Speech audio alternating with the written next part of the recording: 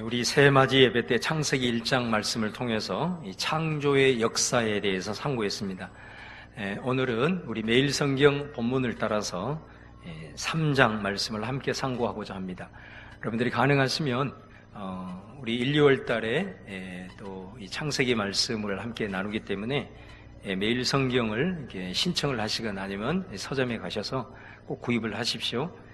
그래서 우리 새벽 예배 때도 앞으로 수요 예배 때도 그리고 주일 예배 때도 계속해서 그 매일 성경 본문을 따라서 앞으로 이제 말씀을 함께 나누게 될 겁니다.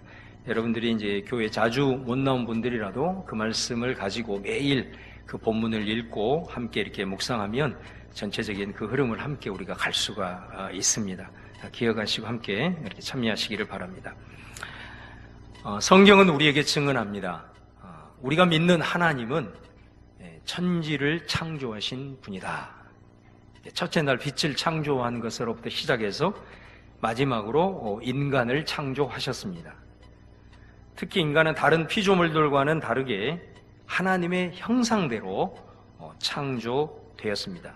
이 말이 무슨 말이냐면 우리 인간에게는 창조주 하나님의 속성이 있다는 것입니다. 그래서 영적으로 다른 피조물들과는 다르게 하나님과 소통을 할 수가 있는 것입니다. 하나님께서 왜 인간을 하나님의 형상을 따라 창조했느냐? 분명한 목적이 있습니다. 그 목적은 창조한 후에 복을 주시면서 뭐라고 말씀했냐면 모든 만물을 다스려라. 하나님이 인간을 하나님의 형상대로 창조한 목적은 모든 만물을 하나님을 대신해서 너희들이 다스려라. 그래서 우리 인간은 하나님께 위임을 받은 모든 만물을 다스리는 일종의 하나님의 대리자, 이게 바로 하나님의 형상의 의미라고 할 수가 있습니다. 이처럼 우리 인간은 아주 특별한 존재입니다. 그래서 우리 잘 아는 시편 8편 5절 말씀에 보면 여기서 그는 사람입니다. 사람을 하나님보다 조금 못하게 하시고 영화와 존귀로 관을 씌우셨나이다. 그러니까 인간이 얼마나 위대하고 그 존재가 고귀한 존재인가라는 것을 단적으로 보여주는 말씀입니다. 하지만 여러분, 인간이 아무리 위대하고 하나님의 이 대리자의 권세를 가졌어도 인간은 인간일 뿐입니다. 인간은 하나님일 수 없습니다. 그리고 인간은 하나님처럼 될 수도 없는 것입니다. 인간은 피조물에 불과하다라는 것입니다. 피조물이라고 하는 것은 본질적으로 한계를 가진 존재다, 그런 뜻입니다. 위대한 가능성을 가지고 있고 또 위대한 일을 많이 행할 수 있지만 우리는 모든 것을 다 할 수는 없습니다. 그리고 우리들의 삶에 다가오는 모든 장벽들을 다 극복할 수는 없는 것이죠. 그래서 성경은 시작을 하면서 하나님과 우리 인간의 관계를 규정을 하면서 창조주와 피조물의 관계다, 이렇게 성경은 말씀하고 있습니다. 창조주와 피조물, 내가 하나님으로부터 지음받은 피조물이다. 자, 여기에서 우리의 놀라운 신앙의 고백들이 하나 나오게 되는데, 그게 뭐냐면 피조물은 창조주를 의지하면서 사는 존재다라는 것입니다. 우리가 가지고 있는 한계, 이거는 하나님을 의지함으로 극복할 수 있다. 이게 창조주와 피조물의 신앙적 관계의 의미입니다. 하나님이 없이는 우리는 온전해질 수 없다. 그래서 하나님을 의지함으로 온전해진다라는 말씀입니다. 그래서 우리가 하나님의 형상이지만은 내가 피조물이라는 사실을 깨닫는 것, 바로 이게 신앙의 출발이다, 이렇게 볼 수가 있겠습니다. 근데 여러분, 하나님께서 우리를 창조하실 때요, 내가 그래, 나는 피조물이야, 그래서 나는 하나님을 의지하며 살아야 돼, 이렇게 생각하고 이렇게 행동하도록 하나님께서 처음부터 우리에게 그런 유전자와 우리의 뇌의 구조를 세팅을 했다면 아마 우리는 그렇게 살았을 겁니다. 늘 하나님 의지하고 늘 하나님 바라보고 하나님 붙들고 살았을 것입니다. 근데 하나님께서는 우리를 창조할 때 그렇게 세팅을 안 한 거예요. 이게 창조의 묘미입니다. 그게 뭐냐면 우리를 창조하실 때 우리에게 자유의지를 주셨다는 것입니다. 그래서 내가 피조물로서 하나님을 의지하는 것도 내가 선택할 수 있는 거예요. 그리고 내가 나 하나님 없이 살래, 나 하나님 도움 없이 내 스스로 살 수 있어, 이것도 선택할 수 있습니다. 우리 인간은. 이게 자유의지예요. 하나님을 의지하는 것도, 심지어 하나님을 나는 거부하고 하나님을 나를 떠나야 되겠다라고 하는 이 모든 선택을 내 스스로 할 수 있도록 하나님께서 우리를 만드셨다는 거예요. 그래서 하나님은 우리가 이런 로봇이 아닌 너는 하나님을 의지하도록 살아야 돼 하고 딱 세팅을 해놓지 않고 우리 스스로 모든 것들을 선택할 수 있는 자유의지를 주셨다는 것, 이게 바로 창조의 가장 위대한 부분이 아닌가. 오늘 우리가 3장 말씀을 읽었습니다. 이 3장은 바로 이 모든 우리에게 펼쳐진 것들을 우리가 자유롭게 선택할 수 있다라는 것을 보여주는 말씀입니다. 오늘 여러분 이 이야기 너무 잘 아시잖아요. 이야기의 내용은 선악을 알게 하는 나무의 열매를 인간이 따먹었다라는 그런 내용의 스토리입니다. 이 내용에서 말하고자 하는 핵심적인 메시지는 뭐냐면 선택의 문제를 말하고 있는 것입니다. 인간은 하나님께서 복으로 주신 이 자유의지를 가지고 무엇을 선택을 했는가? 그리고 그것을 선택했을 때 그들에게는 어떤 결과가 임했는가? 라는 것을 말씀을 해주고 있는 겁니다. 그러니까 인간은 뭐를 선택했습니까? 여러분, 이 자유의지를 가지고 나 하나님 의지하지 않겠다. 나는 누구의 도움을 받지 않고 내 독립적으로 내 스스로의 힘으로 살겠다. 그거 선택한 겁니다. 여러분, 이런 생각을 하게 된 중심에는 나도 하나님처럼 될 수 있다.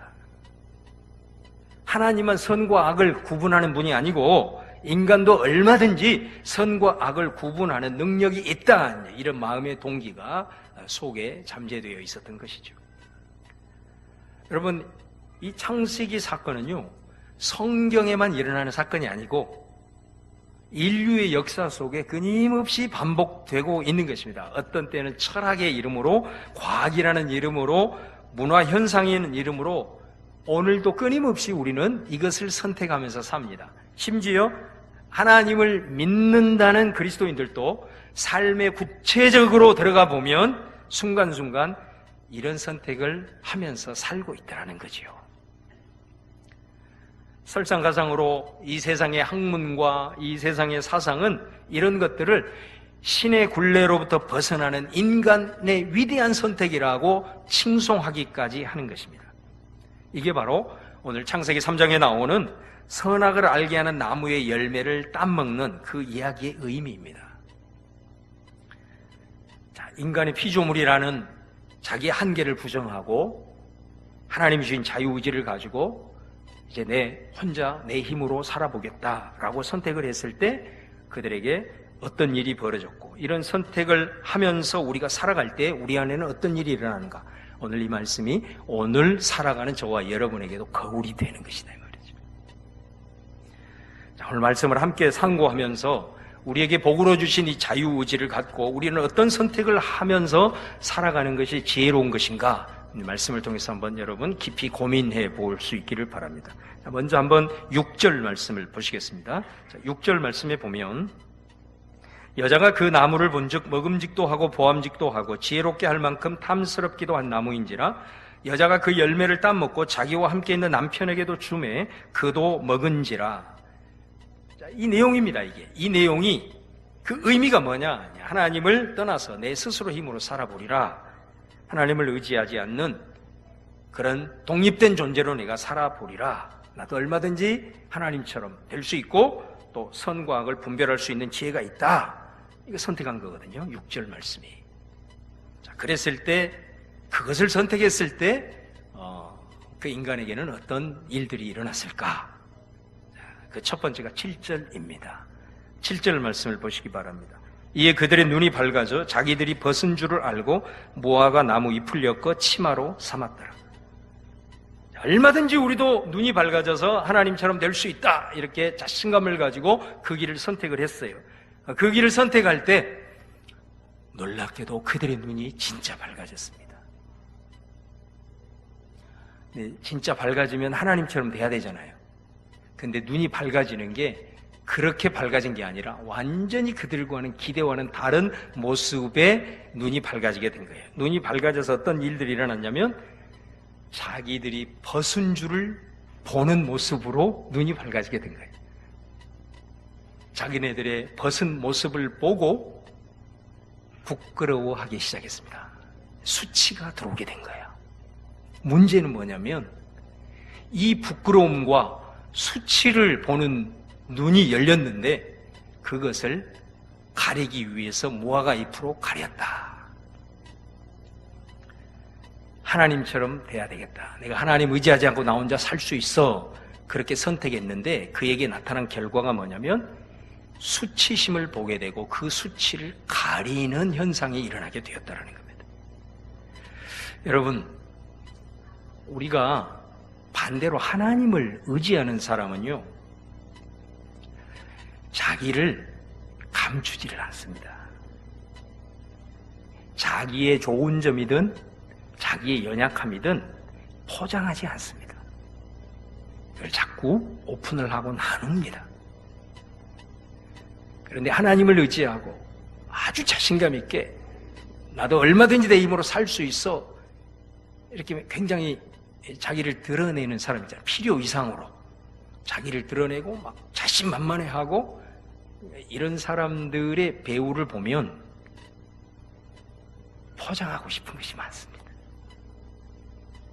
그 사람들 이면에는 부끄러운 것을 감추고 싶은 것이 많은 것입니다. 내가 하나님 앞에 겸손하고 나는 정말로 하나님을 의지하지 않고는 나는 살 수 없어, 이렇게 고백하는, 그렇게 사는 사람은요, 자기의 연약함도 나눕니다. 자기의 연약함을 나누는 사람이 떵떵거리면서 잘난 체 하면서 자신만만 그렇게 살 수 없어요. 왜? 내 부족함을 오픈을 했는데, 내 부족함을 상대도 다 알고 있는데 내가 어떻게 그렇게 교만할 수가 있어요? 절대 그럴 수 없습니다. 그러니까 지나치게 자기를 드러내고 자신만만해하는 사람들을 가만히 보면 그 속에 자신의 부끄러움을 그것을 통해서 오히려 더 포장하고 감추려고 한다는 거예요. 하나님을 의지하고 나는 하나님이 없이는 살 수 없습니다 라는 사람은 늘 자신의 연약감도 오픈하고 그렇게 삽니다. 왜?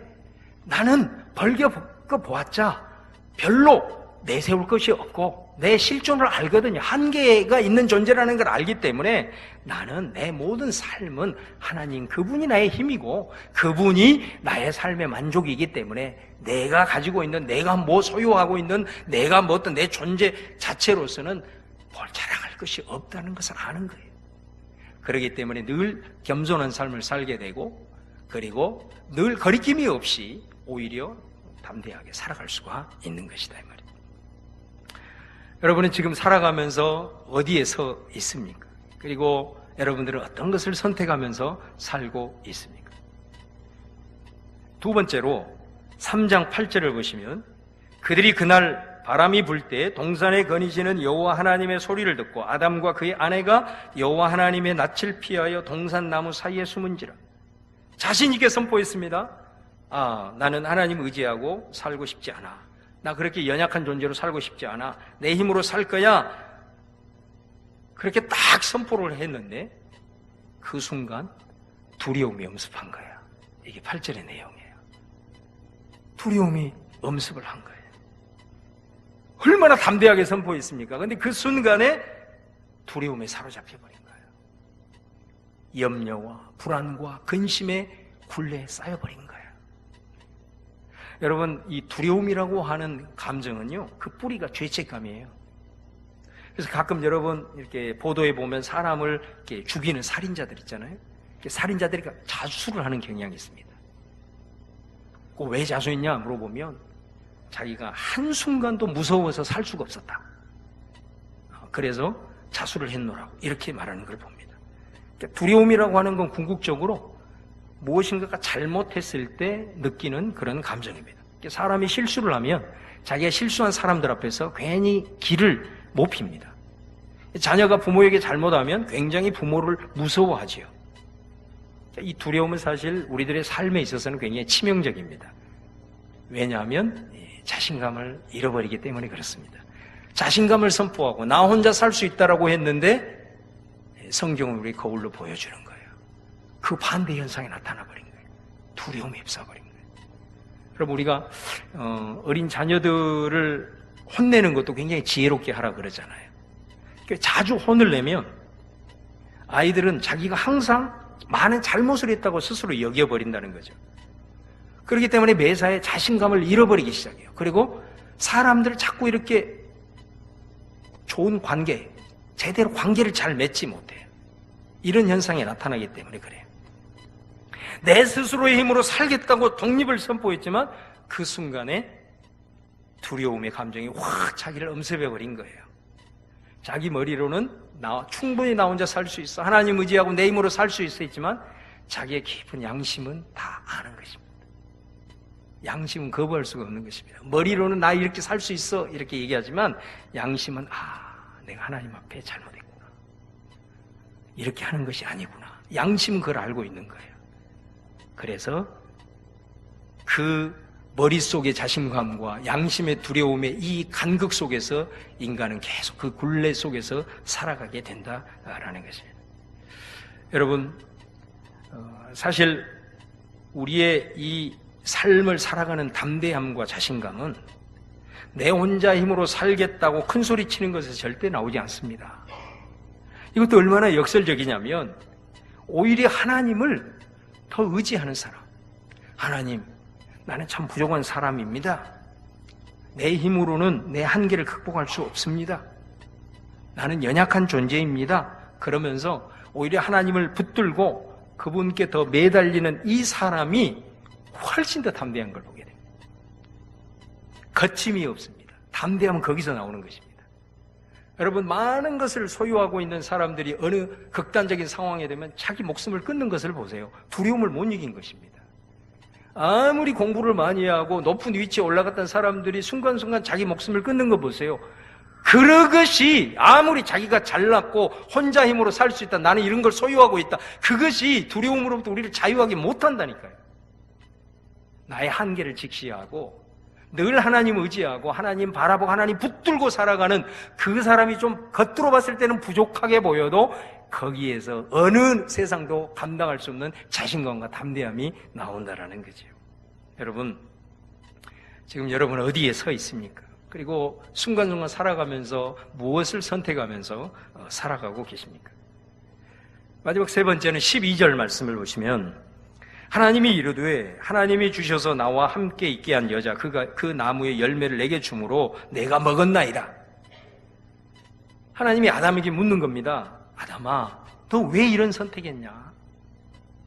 그때 아담이 말합니다. 하나님이 주셔서 나와 함께 있게 한 이 여자가 나를 꼬셔서 내가 이런 선택을 하게 되었습니다. 이렇게 말합니다.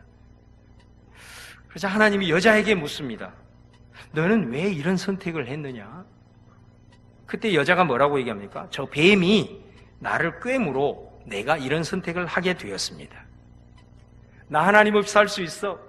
내 혼자 힘으로 충분히 살 수 있어. 나는 그런 능력이 있고 그럴 만한 소유가 다 있어. 이렇게 선포하고 살았는데 그 순간 자기 중심의 욕망이 그를 사로잡아 버린 겁니다. 이 현상이 나타나게 된 겁니다. 여러분, 자기 중심의 욕망에 사로잡히게 되니 어떻게 됩니까? 책임을 지지 않습니다. 모든 것을 남의 탓으로 돌립니다. 이런 삶의 굴레에 뒤집어 씌워버립니다. 신앙생활도 마찬가지입니다. 여러분, 신앙생활에서 가장 무서운 사람이 어떤 사람이냐면요, 자기가 죄를 지어놓고 마귀에게 탓을 돌리는 사람입니다. 그런 사람 종종 있습니다. 내가 귀신에 뒤집어 씌워가지고 내가 이런 실수를 했다고, 내가 기도를 많이 해야 되는데 기도를 쉬다 보니까 이 마귀의 유혹으로 내가 이거 죄 지었다고. 이거 사실 교회 안에 있으면 이단보다 더 심각한 사람이에요.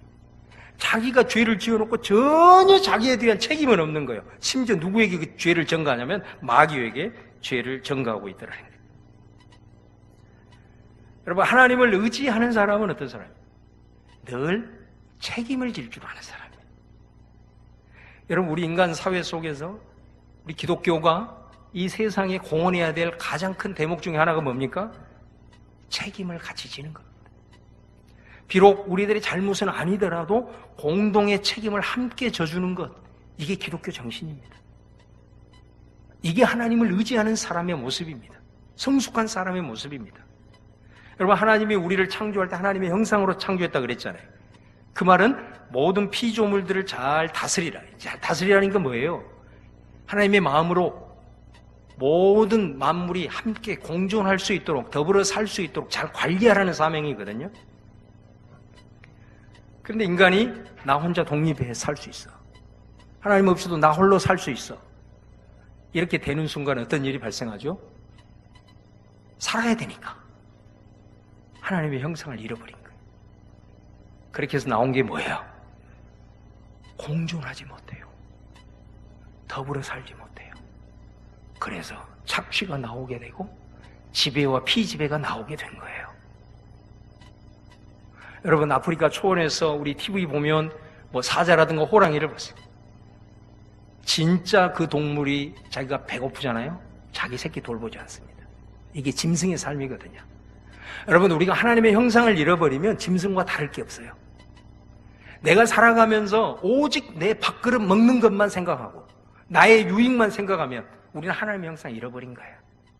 인간은 그렇게 하라고 하나님의 형상으로 창조하지 않았어요.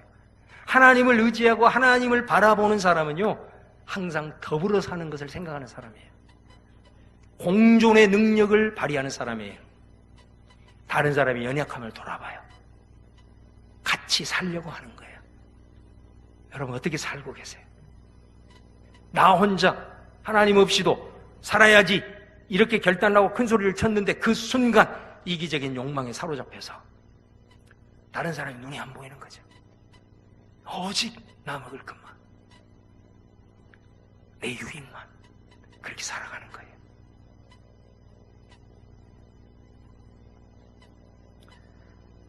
근데 여러분, 하나님께서요, 오늘 이 3장 마지막 부분에 보면 21절에 보면 이렇게 말해요. 여호와 하나님이 아담과 그의 아내를 위하여 가죽옷을 지어 입히시니라. 하나님이 가죽옷을 지어서 입히셨다. 여러분, 이게 복음이에요. 하나님이 우리가 하나님을 떠나서 자기 한계를 인정하지 않고 자기 멋대로 살다가 결국 어떻게 됐느냐? 바로 이렇게 된 거예요. 자기의 수치를 보고 그거를 자꾸 포장하고 가리려고만 하고, 그리고 두려움과 불안과 염려의 굴레 속에 완전히 만신창이가 되어버리고 자기 유익에만, 자기 중심적으로만 사는 이러한 정말로 무너진 그들을 하나님은 절대로 포기하지 않는다 이거예요. 가죽옷이 뭐예요? 하나님이 지으신 가죽옷이 뭐예요? 하나님이 그들의 수치를 가려주신다는 거예요. 하나님께서 우리를 포기하지 않는다는 거예요. 그 수치를 하나님이 직접 가려주신다는 거예요. 그리고 그들에게 찾아오셔서 인간에게 엄습하고 있는 이 두려움을 하나님이 막아주시겠다는 거예요. 그러므로 너희는 나를 두려워하지 말아라. 모든 두려움의 근원의 출발점은 하나님에 대한 잘못된 두려움으로 오는 거거든요. 너 나 두려워하지 마.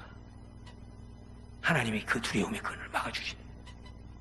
또 자기만 생각하는 이기주의적인 그들을 위해서 하나님은 정반대 이타적인 모습을 보여주는 거예요.